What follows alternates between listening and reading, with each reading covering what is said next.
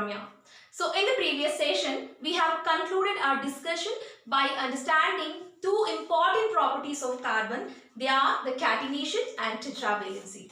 Correct? So today I have come up with another topic of this lesson, and it is the most important topic at examination point of view. You will definitely get one or two questions out of this topic. Do listen carefully till the end of the session. So today's topic is hydrocarbons. Then what are hydrocarbons? See, when I say hydrocarbons, the name itself says it is a combination of hydrogen and the combination of carbon.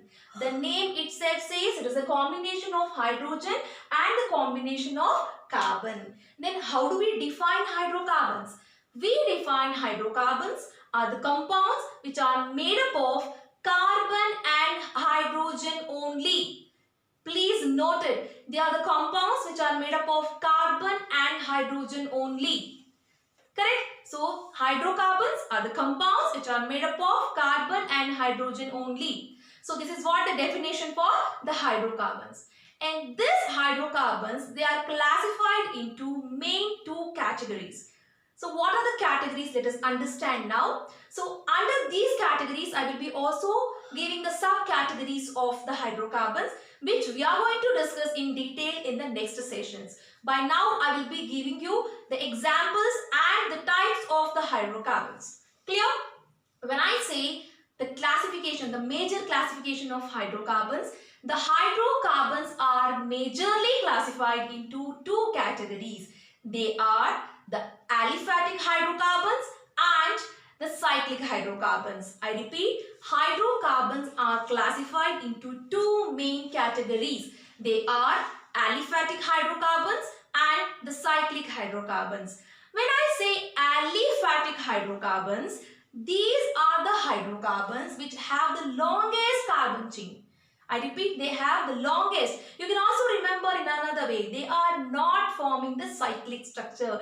They are called the non-cyclic hydrocarbons. What is meant by non-cyclic? When I say non-cyclic, they are not forming the cyclic structures.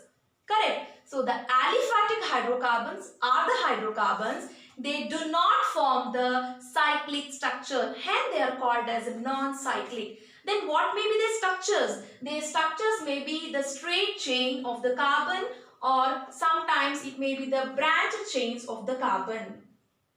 So this is how the examples for the aliphatic carbons looks like. And this aliphatic hydrocarbons, they are subdivided into two more types. This is very important, which I am going to tell you now. It is very important, which we are going to discuss under the aliphatic. The two important subcategories of aliphatic hydrocarbons are saturated hydrocarbons. They are the saturated hydrocarbons and unsaturated hydrocarbons. Saturated and unsaturated hydrocarbons are the two important major classifications which we are going to discuss under aliphatic hydrocarbons.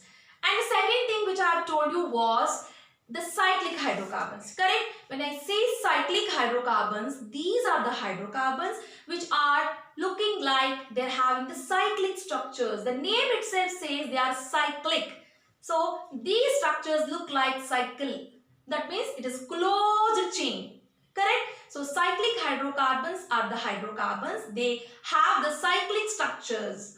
When I talk cyclic hydrocarbon, the two important examples for the cyclic hydrocarbons are cycloalkanes. I just write it. They are the cycloalkanes. They are the cycloalkanes and arenes.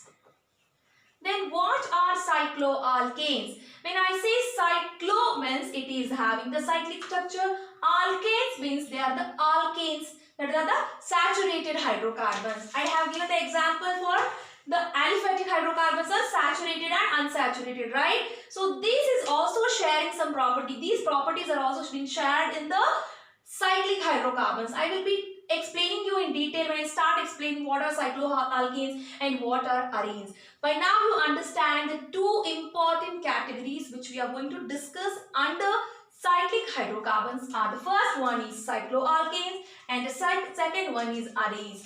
When I say arenes, they are the aromatic hydrocarbons.